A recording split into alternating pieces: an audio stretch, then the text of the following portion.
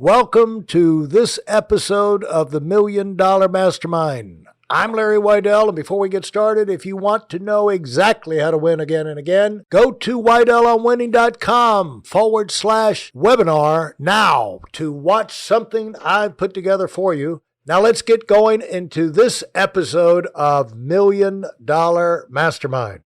I'm back with Sammy Kobrosely, and he is the snack man.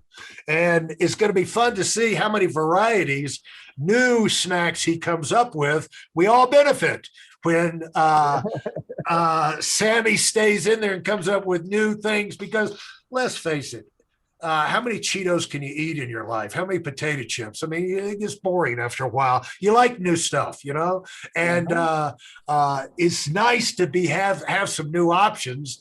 And Sammy is committed to keep those rolling our way. Sammy, we talked last time about getting the deal and what at Shark Tank and how that exploded and stuff like that. What did you do that you think was really smart, that you got the biggest boost from that experience, meeting Mark Cuban, getting your hands on the money, get the exposure? What did you do that gave you the biggest allowed you to accelerate away from that experience with the maximum possible growth? Yeah, no, I mean, clearly we still have a lot of growing left to do on our part, but, I think that what we had done is we had utilized that Shark Tank experience and not thinking, well, this is it, guys, we've made it, but thinking, all right, well, what is this going to do immediately for us? And then how can we capitalize on that and keep it? Because you're still going to need more wins down the line. You know what I mean? And right. So at that point, we didn't really have any sort of e-commerce or any sort of online presence except for our website, and Thrive Market. But we realized, okay, this is a great opportunity. Like, we need to get Amazon up. We need to get, our own Shopify up. We need to get all this up and running before this opportunity, because this is a way that this is how we could really grasp that opportunity and use it to our best right now, right? The fact of the matter is, we could talk about the stores we were in, but are people really going to be watching the show and then remember that when they're at the grocery store next week? Like, right, yeah. No. So we knew, like, this is our chance. We've always been talking about getting on the e-com, but we didn't want the slow roll and we didn't know this, but we knew that if this does well, we should actually have a pretty solid e-commerce business that will actually pay, so we can join and work with other partners and people that maybe understand it more than us just sitting here and shipping out stuff directly to Amazon FBA ourselves, And so we teamed up, and, getting that up and running the correct and proper way has not only been, super helpful as far as, growth is concerned, but also extremely helpful as far as, making sure that we didn't trip over ourselves, making sure that we didn't have all these crazy out of stocks, making sure that, we didn't all of a sudden, we knew enough about the ins and outs of Amazon to not mess it up that first time around. Because people don't realize that, with any retailer, whether it's online or brick and mortar, you got one shot. When you mess up that one chance, it's going to be really hard for you to come back. Absolutely. And so that's what we've kind of focused on. It's like a rock band, they lay an egg with their first album or two, and then nobody wants to talk to them. They're back mowing lawns and working in restaurants and sweeping leaves up. The thing is, you described your focus, and another way of saying that was you want to expand your outlets. To a large extent, you can break down all growth in business to expanding outlets where people have access. Pretty soon you're going to reach a limit to how many albums you're going to sell out of your mom's garage with your, your rock band, or out of your one store, or out of your one brewery, the chips, out of one location. Pretty soon you're going to max out, like McDonald's. That's why they don't have one big monster Tesla-sized factory that's where they sell McDonald's out, one place in the United States. They're not going to sell that many McDonald's. But if they take and get those little 1,000 square foot, 1,500 square foot facilities and cover the country with them, now you have unlimited growth. And so what you were doing was expanding your outlets where people could get their hands on your snacks and plus the name would be in front of more people on a more regular basis. Mhm. That was the distribution phase with the distribution phase, which you've done so well on, is like where Coca-Cola, they had the thing, once they knew they had a good product, their race was to get where no matter where you went in the United States, you never had, like when you got thirsty, you never had to go more than 50 steps where you could find a Coke machine. If it's a drugstore, a gas station, every floor of every building, of every hotel, or whatever that. And then once they did that, it was innovation. Once you're at that place, maybe you've had 50 Cokes the last 50 times you went. Maybe now you want to try orange drink, root beer, the lemon type thing. So, Yeah. and so what you're doing, you hit the outlet lever, and you're also hitting the innovation lever, coming up with new ideas and things like that. And that's a formula that can take you a long way. Isn't that right? Yeah, I think that when you talk about that formula, especially, I think for us, it's really, focusing on our backyard, like making sure that we're winning here. You know what I mean? Like you want to be ubiquitous, right? And like, especially Right. when you're a small company, you only have limited marketing dollars, right? And Yeah. so Coca-Cola, yeah, they're everywhere now, but let's be honest, if you really look at it, they started off like, in the Atlanta area, right? Yeah. And they started off like saturating that Atlanta market. And Right. they went up north a little bit more, and then they saturated that market, and they found a bottler up there that could do this, Yeah. and that's kind of what we're doing. You got to like slowly grow because you only have limited marketing dollars. And so if you're there and you're trying to get 1,000 people out of 250 million to listen to you, that's Yeah. not good chances. You know what I mean? But now if I'm trying to get 1,000 people out of only the 10 million in this region, all right, now we're talking. That's a little bit more achievable. You know what I mean? You're not, Right. especially when you're talking about advertising nowadays, right? With Facebook and Instagram and all the social media advertising, like you can't sit there and have a national campaign because you're not gonna get anything from it. So Yeah. you focus that campaign and you focus your growth in the region that you're doing well in. And like, Yeah. yes, we are sold and bought, throughout the United States, but if you come to the Mid-Atlantic Northeast, like you're gonna find us in a lot more places, and really focusing on that backyard and making sure that we win in our backyard and making sure that we're growing it smart, not just growing like the spray and pray is what we call that, Right. Yeah. We're just like, oh, let me get a bunch of things, just hope that one of them works. Like, no. And Yeah. I think a lot of that is, that's thankful to our CEO, Kevin Blesi. Like, his strategy and, and his mindset of going in here is like, we need to be thoughtful in our growth, not just grow at all expenses. You know what I mean? Because you have those companies that raise millions and millions and millions and millions of dollars, and they're spending millions and millions and millions of dollars. You know what I mean? Like, Right. Right. we don't want to do that. We don't want to dilute everyone down. Like, we know that we can actually raise some money, use it intelligently, use it smartly, focus it on avenues that we know we can grow on and grow that out of the water that way, and then start growing that way, And Hey, listen, there's a lot of information online, but there aren't a lot of people who have actually done something. In my case, I've actually built a successful business that's accrued over $5 billion in assets under management and has done well even during trying times. Now, if you want to know exactly how I've done this, go to whiteelementwinning.com/webinar now. I've compressed a decade of learning into 5 short weeks just for those of you who want to give yourself an incredible advantage and are tired of waiting and watching others move up. it's amazing when you understand that concept, when you can look at the advertising that's done on billboards, magazine, TV, online, and see the ad agencies that don't even understand that principle.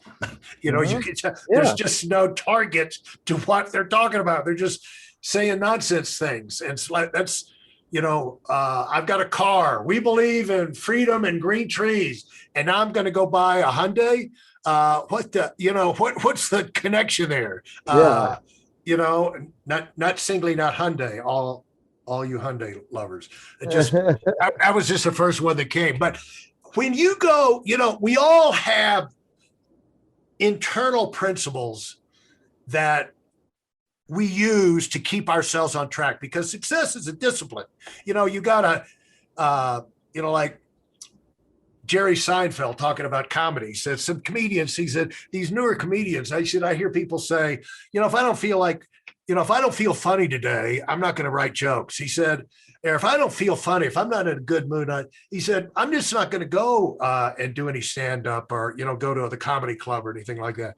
And he said, if I waited until I felt good, I'd never write one joke. I'd never go at any comedy club. He said, and it talks about the difference between an amateur and a pro. An amateur can do it at a high level, and sometimes we'll do it and we'll go out and beat a professional, like even in tennis. An amateur can beat in golf or tennis, can beat on a given day.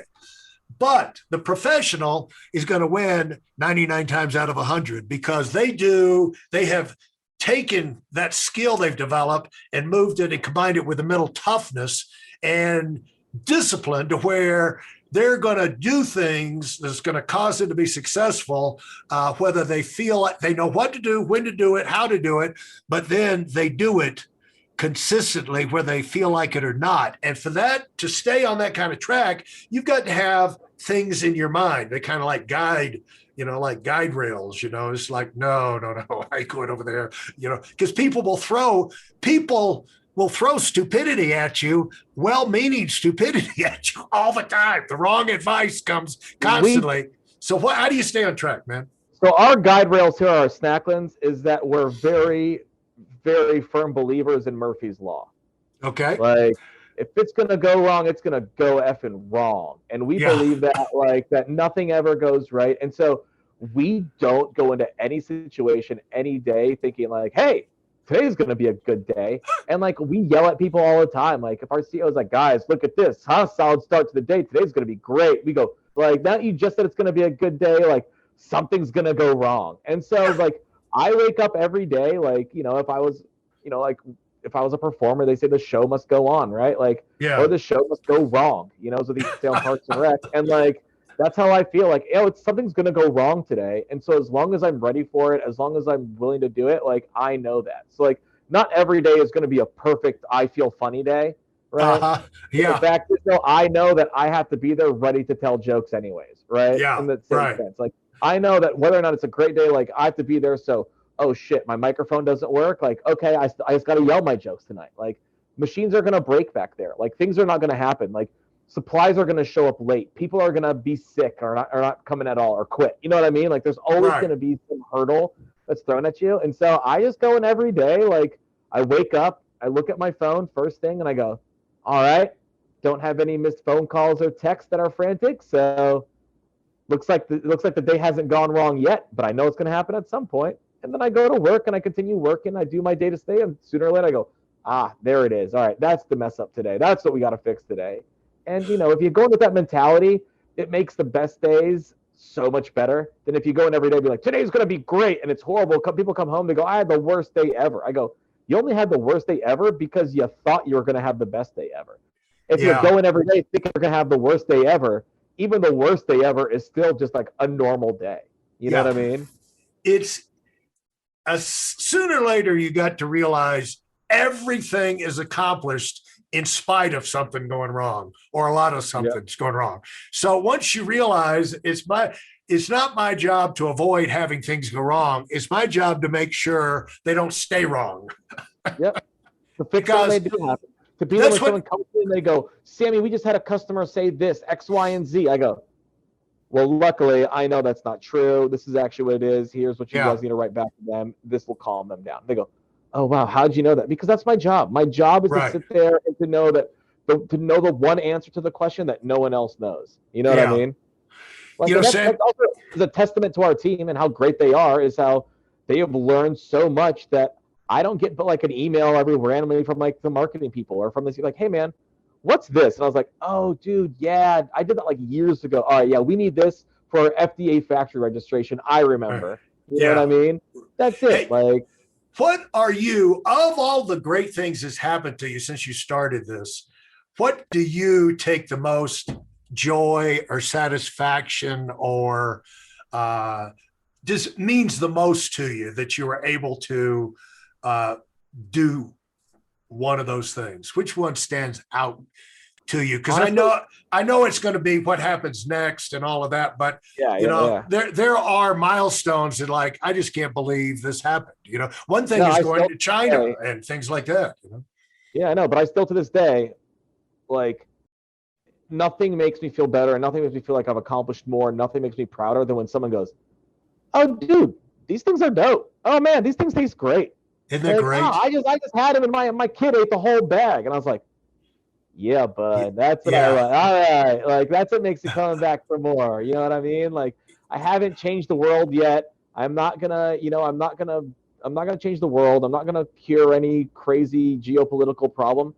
But the fact is, I can give you a good, delicious snack, and I can make your day like 1% better with that, and that's made me super happy. Like that's all I want to do. Well, I mean, you said it well. You hit the nail on the head, Sammy. So much fun to talk to you. Now, let's get a deal.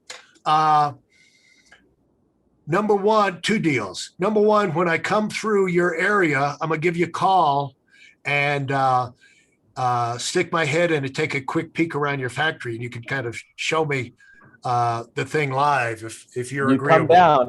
Anytime you're in DC area and you want to come to the Snacktory, brother, you just hit me up. And the other thing is, I know the next 12 months, 6 to 12 months are going to be mind blowing for you in terms of the thing, not just the success you have, but the things you're going to learn and the excitement you're going to gain about your life and understanding what's happening to you and being able to continue to make more of a positive impact with the decisions and the responses you have. And that can only come from, mileage.